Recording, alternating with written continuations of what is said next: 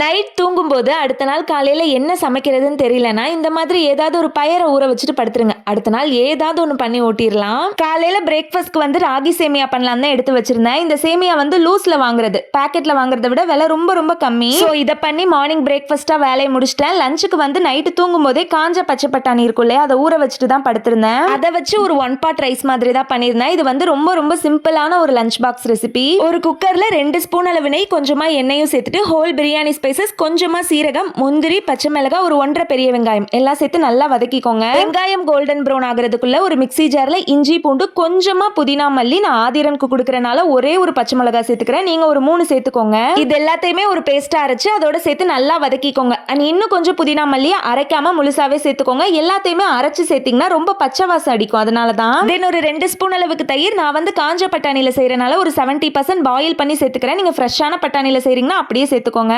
அதுக்கப்புறம் தேவையான அளவு உப்பு, நீங்க என்ன அரிசி எடுத்திருக்கீங்களோ அதுக்கு தகுந்த மாதிரி தண்ணி சேர்த்துக்கோங்க. தண்ணி கொதிச்சதுக்கு அப்புறமா நம்ம ஊற வச்ச அரிசியை சேர்த்து விசில் போட்டு எடுத்தீங்கன்னா சூப்பரா ரெடி ஆயிரும். இதுக்கு சைட் டிஷ்ஷா எக்கும் ஆனியன் ரைத்தாவும் வச்சு லஞ்ச் வேலையும் முடிச்சிட்டேன்.